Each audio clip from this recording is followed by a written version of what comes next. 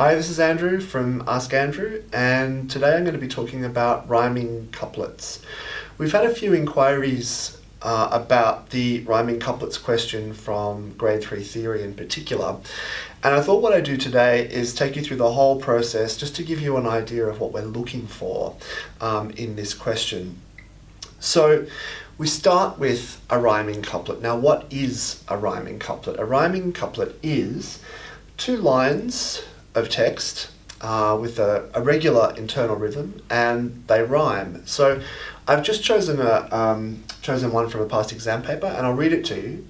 I've thrown 1,000 cares away to greet this mild midsummer's day. A typical rhyming couplet. Now, what we need to do is to read it aloud, and I would encourage you to actually read it aloud, of course not in your exam, but for your own practice, just read it aloud a couple of times, first normally, just like I did then, and the second time try and exaggerate where the accents are. We're looking to find the accents in this rhyming couplet. So I'll just do it again. So if I'm reading it regularly, this is how it goes. I've thrown 1,000 cares away to greet this mild midsummer's day. Okay, now let's exaggerate the accents. Here we go. I've thrown 1,000 cares away to greet this mild midsummer's day. Can you hear how that works? We're just looking for the regular accents, the regular pulse through it, and I'm going to mark those in.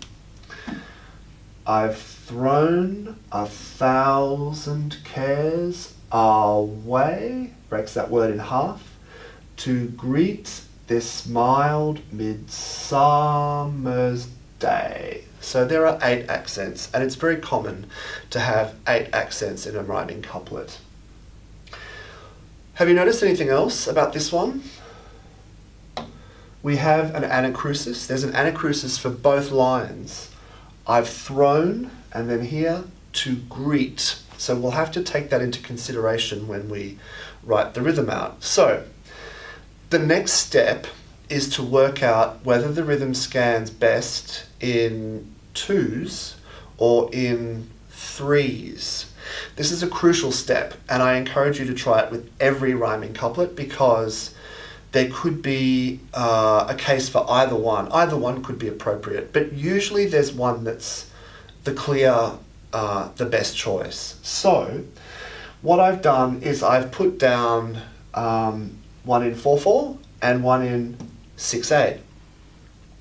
So the 4/4 one is, I've thrown 1,000 cares away to greet this mild midsummer's day. Okay, so that works. And in 6/8 time, I've thrown 1,000 cares away to greet this mild midsummer's day. Which one is better? Well, my feeling is the 6/8 one is better because it actually makes the words flow better and it matches the mood of the words better. It's sort of a carefree sort of mood, and this one just kind of skips along in 6/8 time. So for me, I would choose that one. Some of you might ask, why have I chosen 4/4 and not 2/4 if each one of these is a bar line? Well, the accents don't have to be bar lines. You can actually compact it into 4 crotchet beats per bar like that if you want to, or 2 dotted crotchet beats per bar if you want to. You could do this in 3/8, 8 bars of 3/8. I think it looks neater in 6/8. It's a personal choice. For grade 2 musicianship, either of those rhythms would get you the marks. But for grade 3 theory and grade 3 musicianship, there's another step that you have to put into your answer. And that is, you actually have to take all of the regularity out of the rhythm. You have to be a little bit more inventive, hence why we call this question a creative question.